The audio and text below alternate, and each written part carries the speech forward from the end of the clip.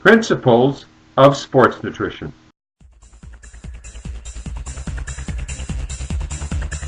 Okay, on this slide, I'm going to talk about those risk factors, and there are many of them, that relate to causality in sports injuries, in sport, on the field, in the pool, in the gym, because most adults who are engaged in physical activity today are not engaged in sports, competitive sports, recreational sports. They tend to go to the gym and work out to compensate for health, for whatever reason, including looking buff and feeling good.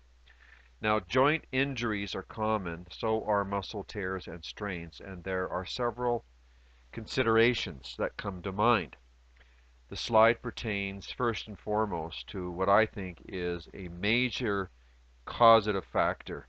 And by fast food, I mean junk food. I mean food that is unacceptable to eat, that didn't exist until recently, and that is specifically food and everything that you think it represents that is incompatible with your gene complex. Okay, so if you eat something that causes your genes to express themselves in a very negative, deleterious way, then you need to delete. You need to press the delete button on that food. And it's quite simple and it's quite easy. Simply go back in time and look at how food once was served, and what it is and where it comes from, and compare that today to the manufacturing technologies, the distribution ring, the drug cartels, because I'm going to relate to fast food as a drug. It's not a food. It's a chemical synthesis, mostly unreal and synthetic and toxic and possibly evil. Now, the primary causes, the variables that relate to the risk factors, are as follows. Number one, poor exercise technique. Number two, constant heavy lifting without variation. Three, poor nutrition, insufficient micronutrient intake. Four, insufficient sleep. Five, drug abuse, including prescription drugs. Six, poor flexibility due to a lack of stretching. Seven, training the same body part too frequently. Eight, inadequate warm-up, meaning training when you're cold. 9. Internal heavy metals and toxicants. 10. Insufficient antioxidant support. 11. Overtraining, overreaching. 12. Acid-dominant diet. And 13. Forcing your body to conform to the shape or design of a machine or bar that you're using in the gym instead of forcing the machine or bar to conform to your body. So did you get that? What you do is you see yourself as sovereign and like the Borg. You shall service us. You go into the gym and the equipment there is to service you. You're in control. You're the Borg.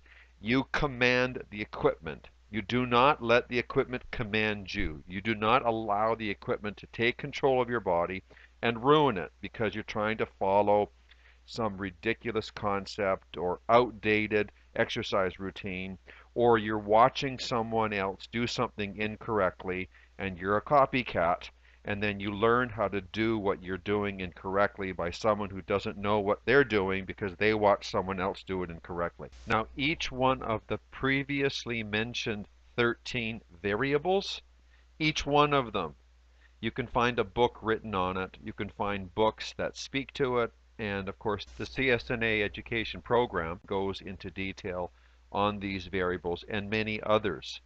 So the idea is not to get injured so that you can maximize performance, maximize the joy of training and exercise, and maximize the feeling of being well and strong. Who likes to be injured? Who likes pain? We want to do everything we can to improve performance, but we've got to protect ourselves. And finally, I want to share a quote from The Complete Athlete written by Dr. Winterdyke and Dr. Jensen. And they're speaking to the fact of injuries being present, and their quote goes like this: Injuries seem to be an inevitable part of athletics. Some doctors even suggest that injuries are really little more than outward manifestations of our own anxieties and fears. For example, students are notorious for getting sick before exams. First-time marathon runners and Ironman competitors often develop injuries just before or shortly after a race.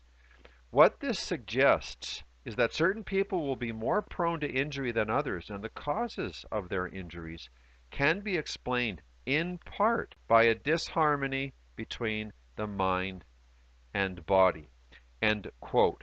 So we're also now getting into the spirit of holism, and that is why I refer to my form, type, kind of sports nutrition as truly holistic. Holistic sports nutrition. You don't just take a mechanical look, separate the mind from the body, and completely ignore the inner man or woman, their emotions, their makeup, how they think, how they feel about life, themselves. You can't ignore that, and if you do, that is an incomplete form of therapy. You have to think of the mind as being engaged inside the body as a directive of the body, and the state of your mind, whether you're healthy, whether you're happy and committed and truly loaded with passion and purpose, or feeling anything other than that, and all of the differences of emotion in between. That state of mind is relative to your physical experience. And that is what I love about alternative functional natural medicine.